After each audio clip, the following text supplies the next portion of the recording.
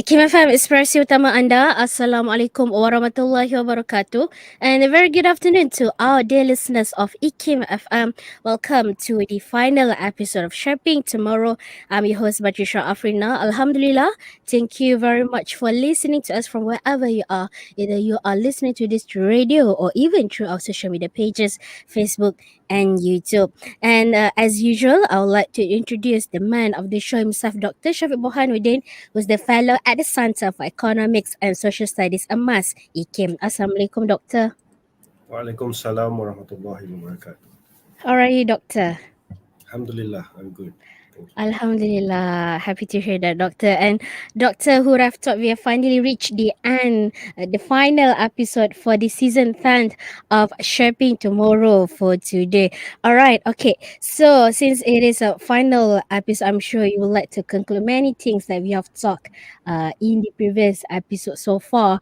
And the topic for today is Iqtisad, Civilisational Economy of Islam for the Multipolar World. And looking at the meaning of the word itself, Iqtisad, which means it is actually an Arabic word that literally means moderation, but it can also mean adopting. It also has another meaning, which is adopting a middle course or being moderate between extravagance and also miserliness. And I'm sure you have a lot of to share as Iqtisad usually being mentioned a lot in the field of economics, especially in economics in Islam. So, as a starting for today's show, Doctor, tell us what you're going to share for today. Thank you very much, Batrisha. Bismillahirrahmanirrahim.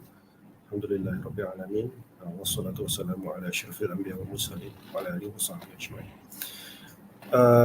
Alhamdulillah, indeed. So, this particular exploration of mine is basically a continuation of a series of reflections and explorations on how the civilization of Islam or Islamic civilization can play a positive, constructive, and powerful role in the emerging of this multipolar world order, wherein governments and experts are witnessing that now is the opportunity for the diverse civilizations in the world to play a more meaningful role compared to what we have seen the last few centuries. So, Iqtisad, as you rightly said, Patricia, is not only an Arabic word, but it's an Islamic word. It's very Islamic word. much is part of our deen. It's part of our deen in its practical sense as well. But I would like to start with this particular hadith or statement by the Prophet Muhammad SAW, because it all boils down to this in terms of how we want to relate this idea of iqtisad or the economic life of the Muslims. Because in the end, why Muslims for centuries have a certain idea of iqtisad when they organize the economy is because ultimately they want to be the best or the most beneficial of people, because the Prophet, when the Prophet was asked who is the best amongst people, he replied, the best of people are those who are most beneficial. So any kind of work, job, vocation is always in this context. So basically this is what economics is, because it's about what kind of work you are doing and why you are doing it, and and what kind of impact it will have on people, right? Not just a matter of money, Doctor. It's not about making money. Right? so but then this meaning has been forgotten in the Muslim world at large today, because interestingly though, is being used in many parts of the Muslim world, not only in the Arab lands, but also in the Malay world, in Central Asia, in Indian subcontinent, in Iran, in many parts of the Muslim world.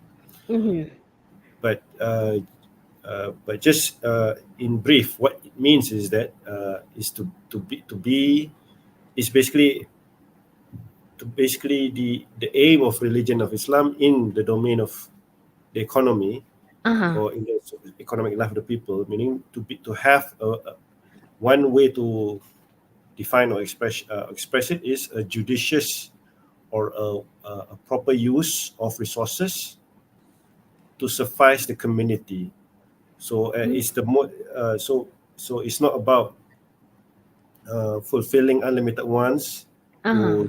in the context of scarce resources, but the whole perspective is different, and the perspective is that so that we don't fall to the extreme of being too extravagant, which Uh. is called israf, which where we are too wasteful in our spending, in our Mm-hmm. purchase, in our living as a whole. So being lavish. Being lavish. So we don't want to go. Uh-huh. The Muslim shouldn't go to that extreme, Mm-hmm. nor should the Muslim be stingy or miserly, Mm-hmm. bukhul, Bekhul. bukhul Mm. atau bakhil. The Malay P. Ramlee film used to have this Haji Bakhil character. Yes. So basically, we don't want to be that either because that is not a Muslim character. Mm. So It the has to be Muslim something in the character middle. in the middle. We always have to Uh-huh. strive in the middle. Of course, Mm-hmm. nobody's perfect, but we have to aim for that Uh-huh. in our personal and communal living. So I want to show to you because I said just now the word Iqtisad is actually used in many Muslim lands, and I think until today, because for example when Ikim sent a delegation to Uzbekistan, the Mm-hmm. Ministry of Economy, the term they use for economy in the Uzbek language is Iqtisadiyat. Iqtisad. Ah. In if you go to Turkey, you go to Istanbul University's economics faculty, they use the Mm-hmm. term Iqtisad faculty. Ah, Masha Allah. So it's a widely used word, right, doctor? Yes, Mm-hmm. in the language of the Muslims, meaning they Mm-hmm. may be speaking Turkish, they might be speaking Uzbek, they might be speaking Urdu, but the Mm-hmm. term is Arabic Islamic term. That's why Masha Allah. they use that term. And then in this green book in the slides for those who are following on the video, this green book was written by the famous Pakistani philosopher Muhammad Iqbal, and one of the earliest books he wrote is Ilmu Iqtisad, again in Urdu. This Masha is not Arabic, but it's Urdu actually. Mm.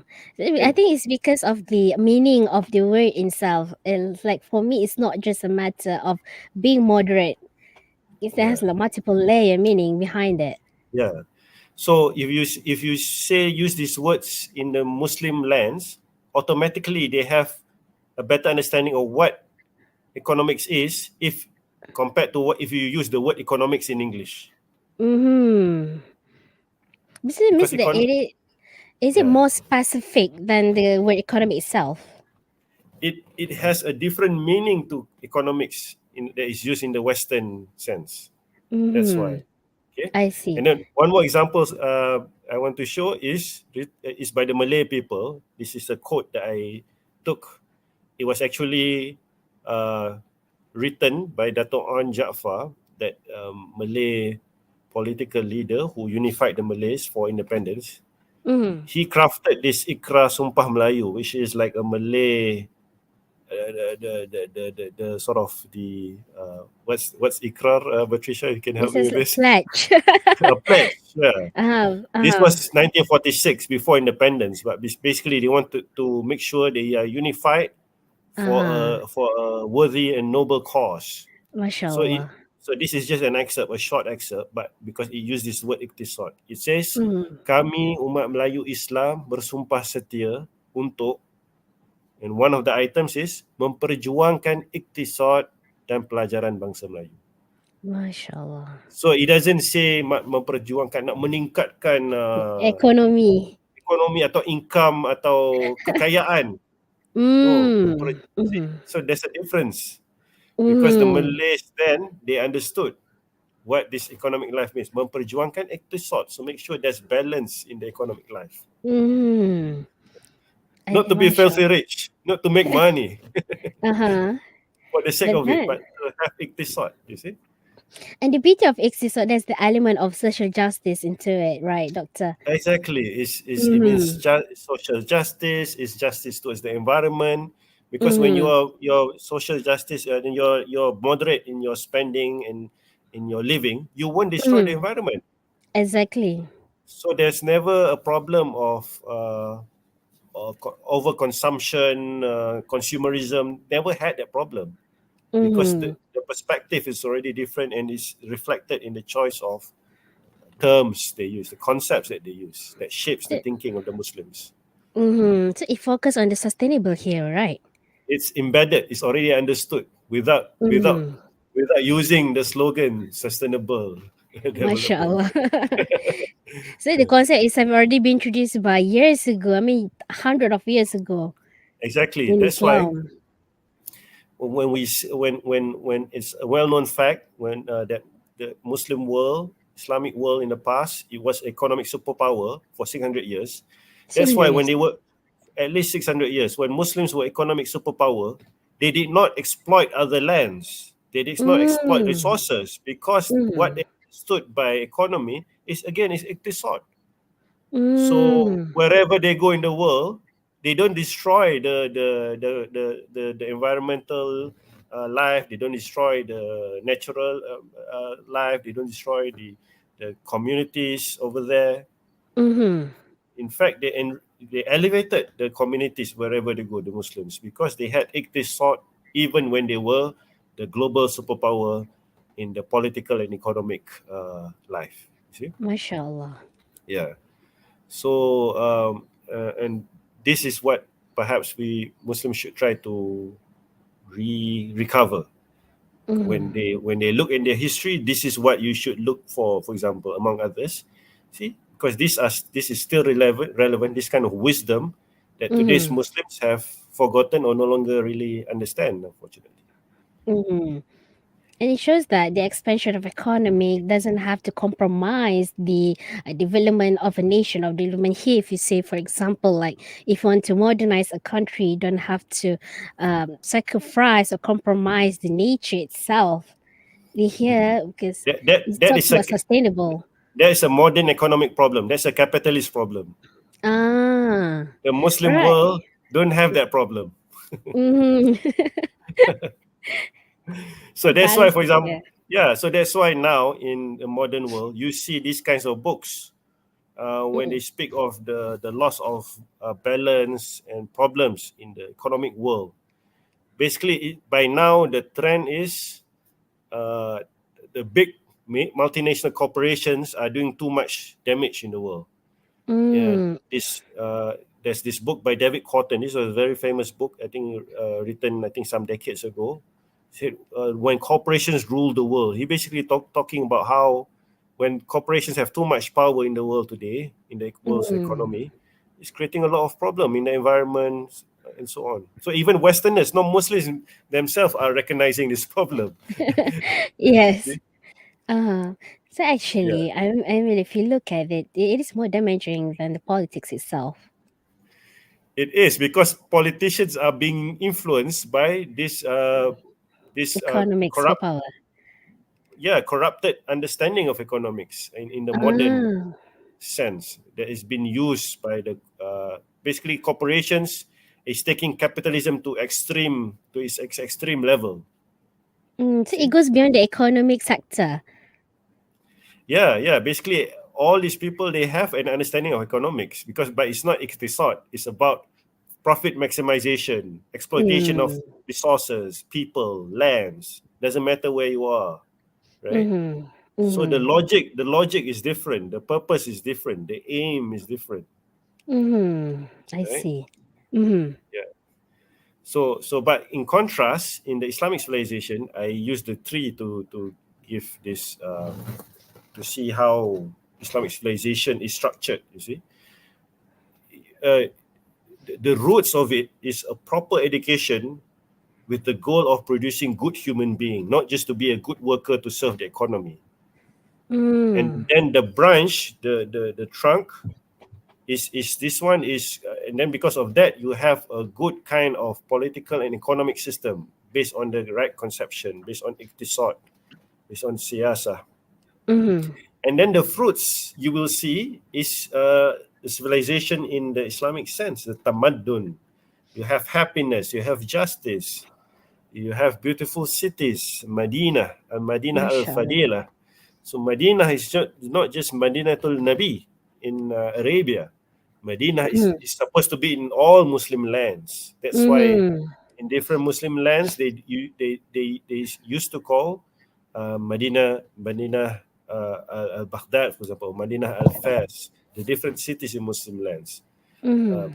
So basically, is they want to make sure that the deen is properly lived and realized, including in the sense of iqtisad. You Mm-hmm. see, so this is the kind of thing, this kind of big picture we have to try to recover as part of this agenda for economy. Mm-hmm.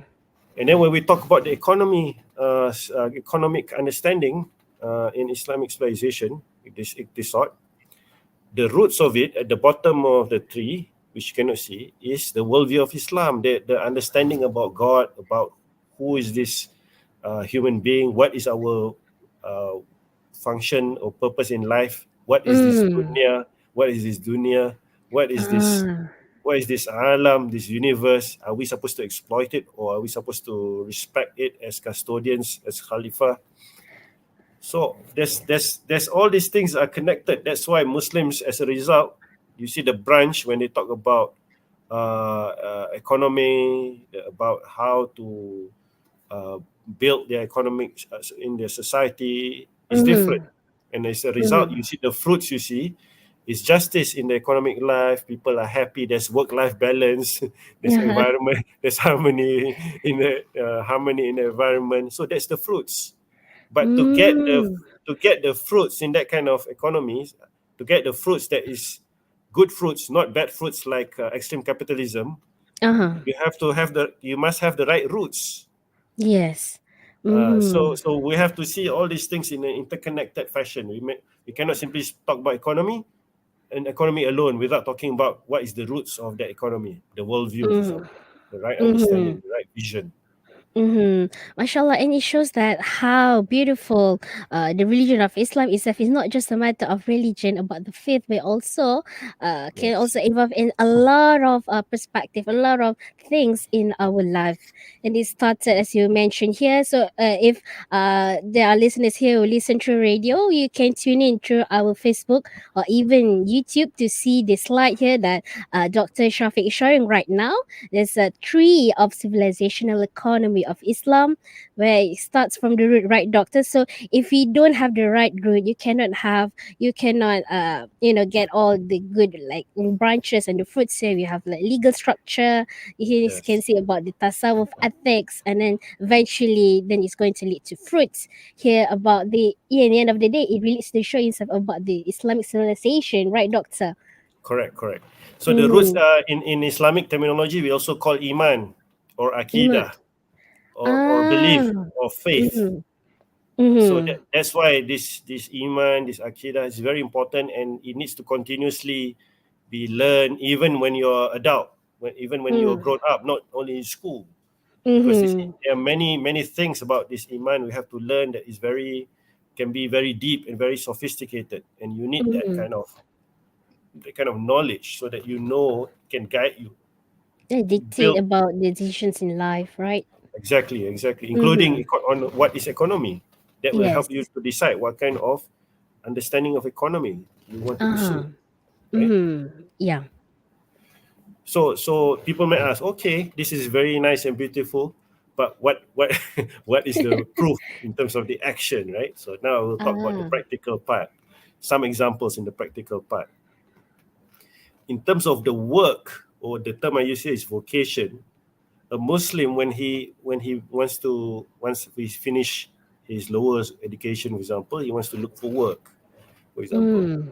But a Mm. work is always understood as I want to work because I want to fulfill a communal obligation, so that I can fulfill Mm. a moral obligation, not just to for me to be happy and for me to be rich. I Mhm. have a moral obligation, and what is sought is rizik or rezeki in bahasa Melayu. Mm-hmm. This is a gift. This is a gift from Allah if you get a rizq. And then when Mm-hmm. you have some kind of sustenance or provision, and then you can provide to yourself and to your family, Yes. infaq or nafkah if you are married, Mm-hmm. right? Or to your extended family who are needed, who are poor, for example. Mm-hmm. Mm-hmm.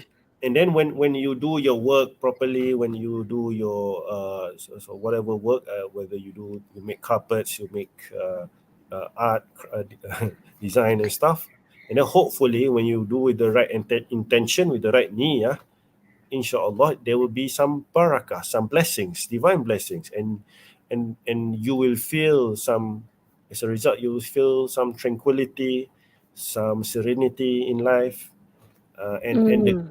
and hopefully you will win God's pleasure, Mm-hmm. Allah's pleasure. That is what is the game all about, right?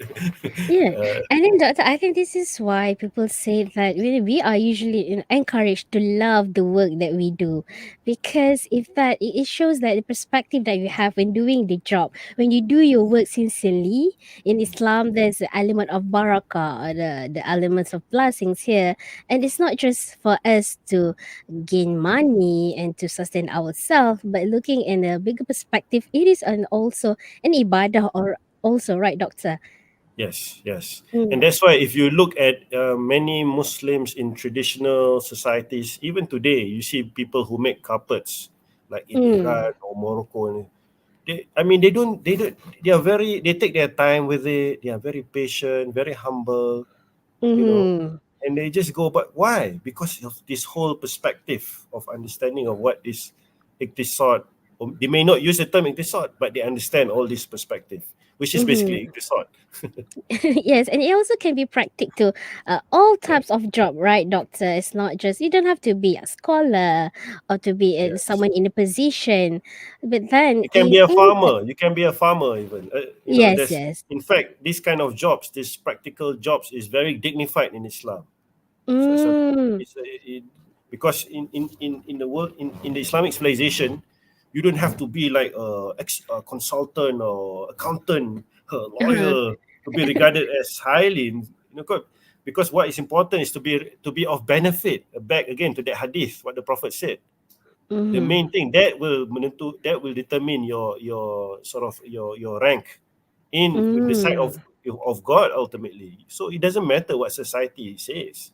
Yeah. Ultimately, what the Prophet said is to the best of people to be the one who brings most benefit. That is the best of people through your MashaAllah. jobs, through your work. Exactly. So Mm-hmm. it doesn't matter if you're a farmer or if you're a carpenter, you make carpets, or you these are all beautiful jobs actually in the Islamic civilization. That's why we should respect in the Islamic civilization in Muslim lands. We should respect this kind of jobs and give them opportunities and support them. Yes. And that's why in Islamic civilization, when there is in the past when they produce such goods or products, there's always like some kind of, in the Malay language we call persatuan, an association of people.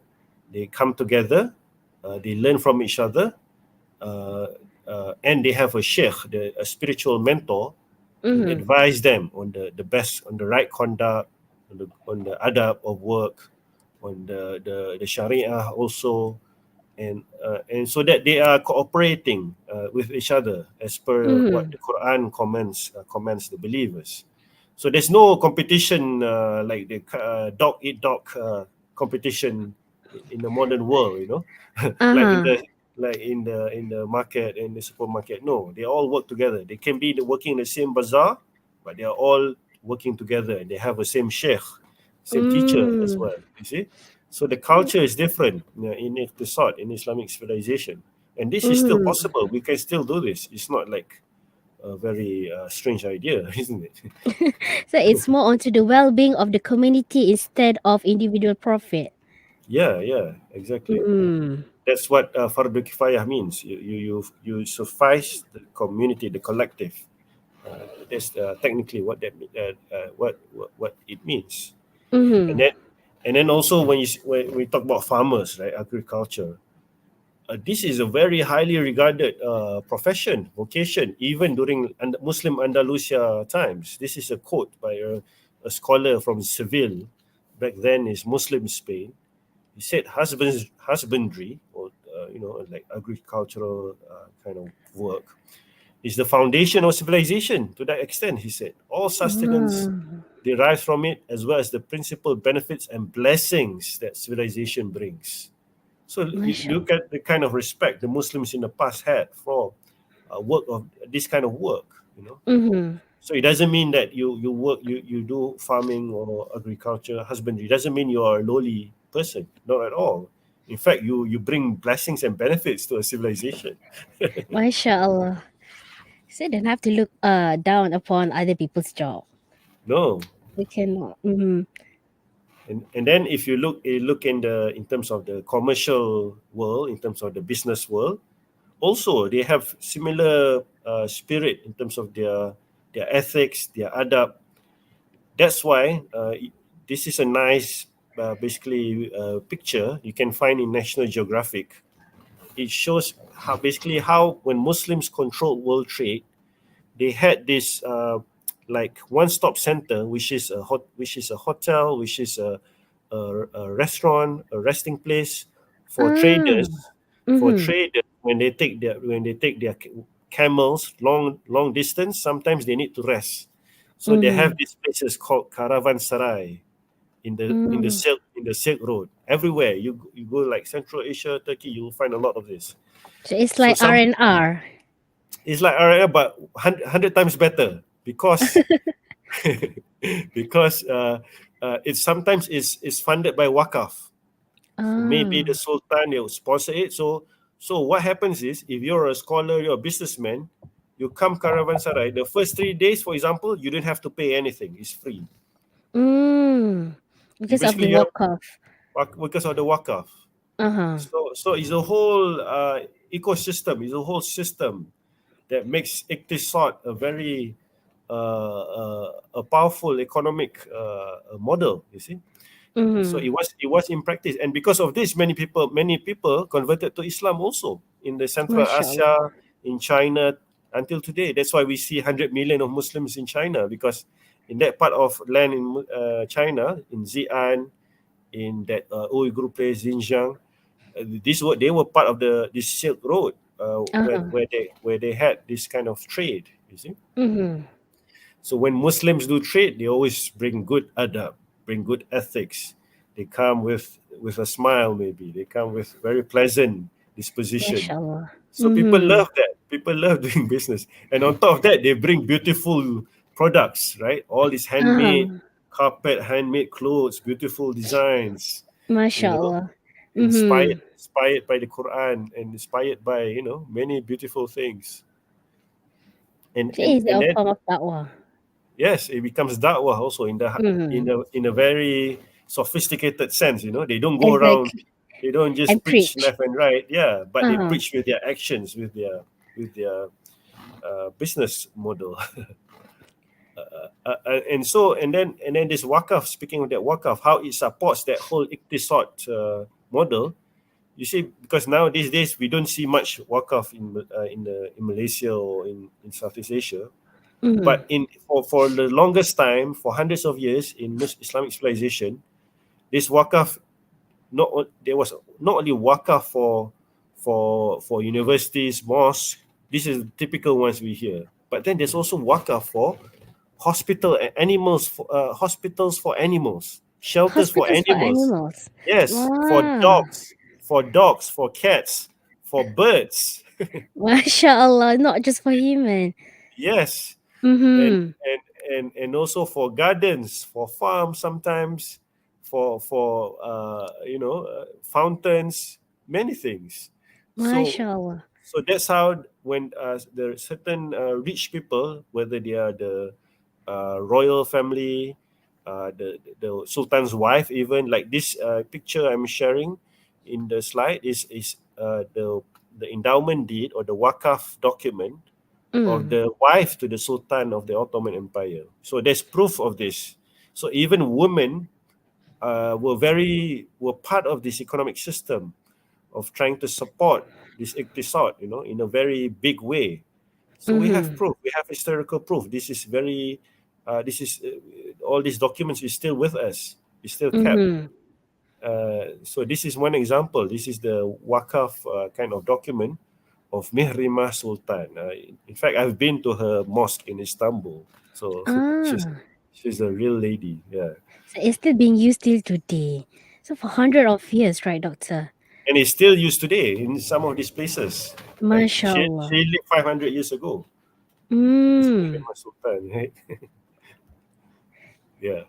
So now, okay, just this all this history is very nice, but then today, what can we do today? Because today a lot of people are already talking about the halal economy, the global Islamic economy. This is all okay, alhamdulillah, to some extent. I think it's at least there is something that they try to do based on Islam. But I think if the Muslims, academics, the Muslim population, everyone, Muslim merchants, traders, Mm. youth, if they really understand what this Iqtisad in that full sense, like that tree I was sharing just now, Mm.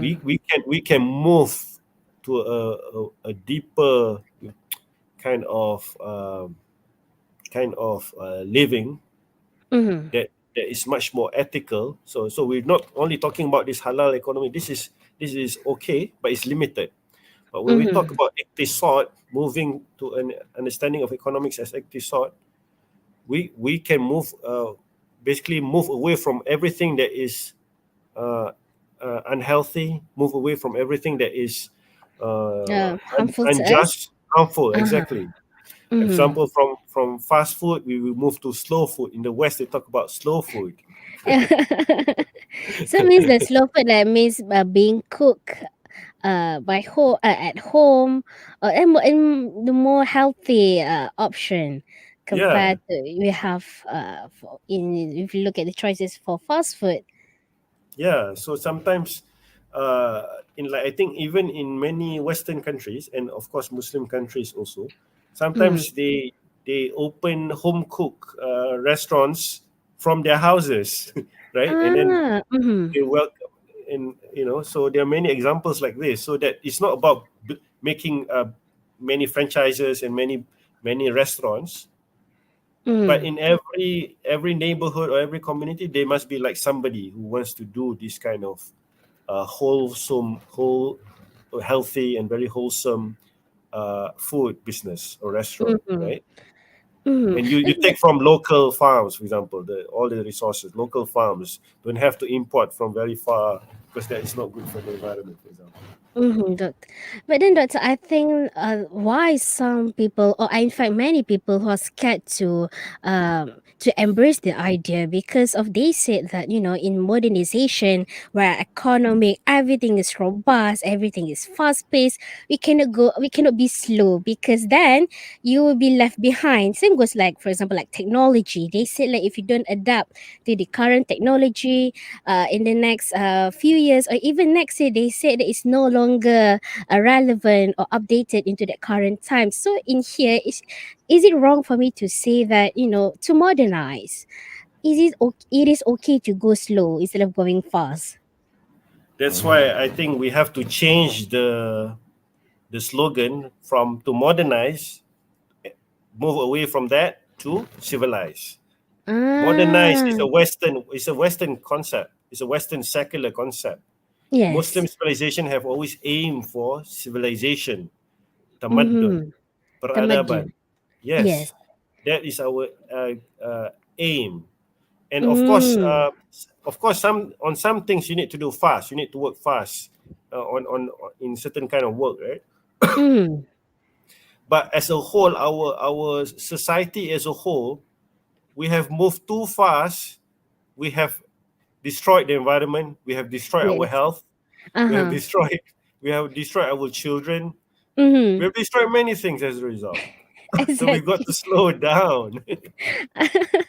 Because now we have the global warming and it's actually this overconsumption and over expansion. The word over expansion itself like coming back to us is instead of giving benefit to us, it's actually giving something opposite instead.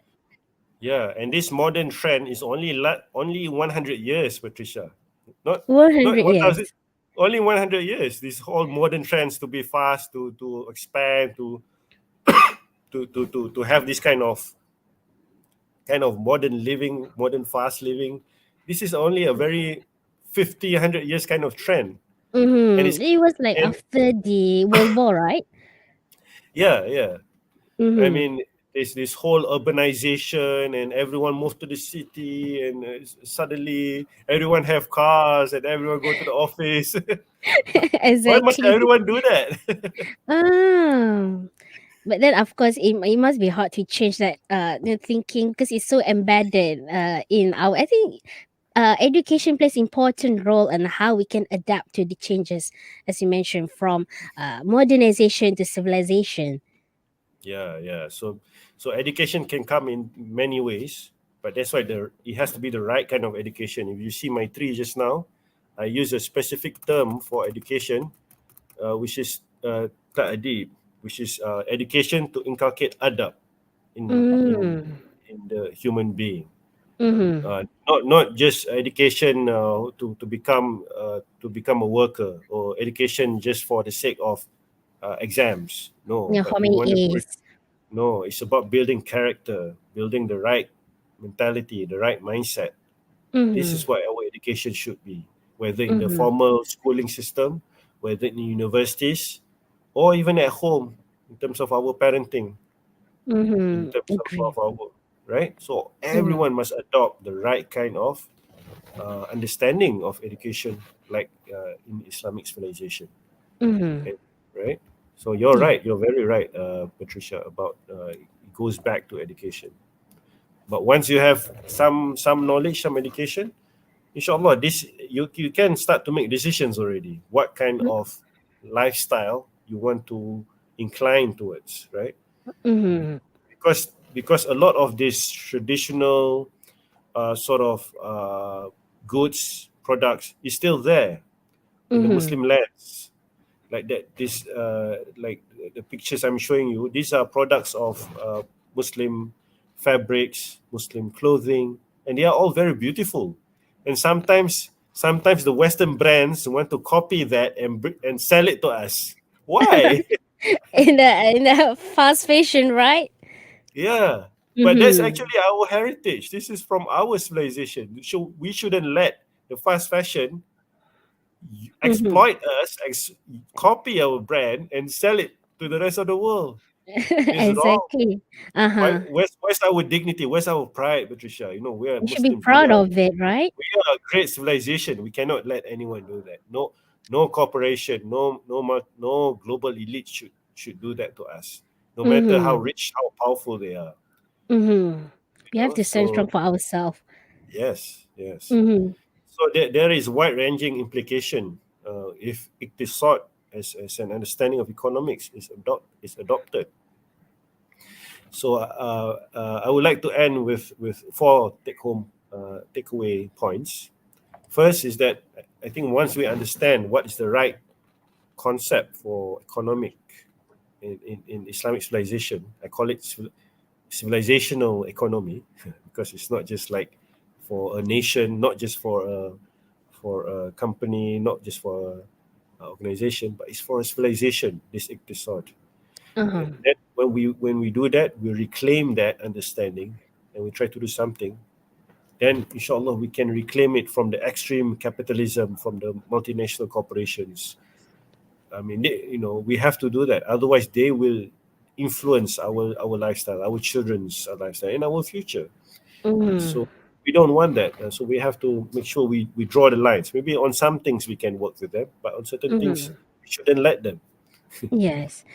And, and, But then I and think, doctor, not many people are aware how influenced they are or how widespread they are in every decision that we make in our life. Actually happening. It's just that not many people are aware of that. yes, yes. So that's why hopefully we're shaping tomorrow with Patricia, with Akim, and with like-minded friends out there. We can do more. I'm quite Mm-hmm. hopeful. I'm quite hopeful. I think there are very good people out there, good, intelligent Muslims. They are some of them are high-ranking people. They are also Mm. listening to this Mm. kind of discourse. They want to move away, so they are looking Mm-hmm. for solutions also. So sometimes we already have the solution. It's a Mm-hmm. matter of working together and benefiting from each other. Yes. And secondly, when we talk about this whole emergence of multipolar world order, Islamic civilization will be able to play a more powerful role if the right economic vision is understood. Because otherwise, they will propose something and then we don't have a clear position, we don't have a clear stand, right? Mm-hmm. Whether it Mm-hmm. be China or Russia, these are already good, inshallah, good partners to work with. Russia, China, Mm-hmm. Africa. But if we don't Mm-hmm. have a clear stand, then we're just following the trend. You see, Uh-huh. we don't know what benefits our civilization, what benefits our society, and what benefits our children. Mm-hmm. When So we we have to ourselves can. Mm-hmm. yeah. So that's why the right concept, the right vision or Iqtisad must be understood correctly. Mm-hmm. Don't simply use the word economics loosely without understanding the meaning, right? Uh-huh. and then and then the goal is for us to be like more independent as a civilization, so that like for example, sometimes when certain forces or certain nations, or certain group of nations don't agree with a nation, they will impose sanctions, and Mm-hmm. that will harm a lot of people. Like if, Mm-hmm. for example, but if we work to stand together as a civilization, no group of nations can do that to us, Mm-hmm. right? So it's And And so doctor, this would it be relatable to this current situation that we have here, to Israel's aggression towards Palestinian, because they are, they have the economic powers that support them. So it feels like they are powerful, but then if we can take control of that, we can impose some pressure towards them. That's why in the long term, this is what I'm hoping for. Right now, we just don't have that unity of idea even. Mm, Everyone, because maybe some leaders or some groups of Muslims in different countries, they have different understanding of economy, so they don't have, mm, even at that level, there's no unity. So mm, we have to kind of again relearn and try to. I mean, this is not a short-term project. This has to be a long-term project, and hopefully, yes. in some years to come, we will be in a more stronger position, so that no forces can simply inflict injustice to any Muslims wherever they are. Mm, Yeah, and finally, if we really stand as a civilization, all these Muslim societies, Muslim nations, we stand together as a civilization with the right economic thinking, with the right economic vision and mm, model. Other civilizations in other countries will want to benefit from us too, because mm, they will see that, wow, this is a model that is not is different from capitalism and is different from socialism. mm. Because we have something that is different from extreme capitalism and different from socialism. So So it this is a provide a unique model. balance. It provides Uh-huh. balance, and it provides a huge solution for the whole world, and that's what we are meant to do. So, so it's a matter of Muslims reclaiming, regaining, relearning what they have already have in their civilization. So, MashaAllah. inshallah, Patricia, I mean, so we do what we can. We pray, we ask Allah to guide us always. Yes. And I hope that my exploration here is of benefit to others. I mean, I consider it an exploration. There are still many experts. I believe, Alhamdulillah, we still have experts out there in the Muslim world. So, Mm, inshallah, we ask Allah to guide us in this affair and in this matter. Inshallah. Wallahu a'lam. inshallah. So I think it's beautiful that we have this conversation, the multipolar world, right, doctor? Because it shows that for centuries, Islam has been and you, or if not, I believe it's still today, influential superpower into the world today. And it's just that we have to be more united than we ever before to be back to like when we used to back in the in our history, 1,000 years ago, about the superpower that we used to be. And it shows that, talking about the Iqtisad, the civilization economy of Islam in a multipolar world, it shared us about how Islamic economic principles can contribute to I would say, more fairer, or more balanced global order. When in Islam we talk about ethics and social justice that are not commonly talked in the other alternative. And it shows that Islam is not just a matter, especially in the economic itself, just for the personal benefit, but also to the, I would say, the civilization and the ummah itself. And for one last time, for this season, I would like to thank Dr. Syafiq Borhanuddin for his insight onto this conversation, Iqtisad, Civilisational Economic of Islam for the multipolar world. And we hope that today's sharing will be beneficial and also inspiring you to give you more better insights about the economy of Islam itself. And again, Doctor, thank you for being with us in the studio. Assalamualaikum. Waalaikumsalam warahmatullah. And dear listeners, thank you very much for listening to us for the past 12 episodes.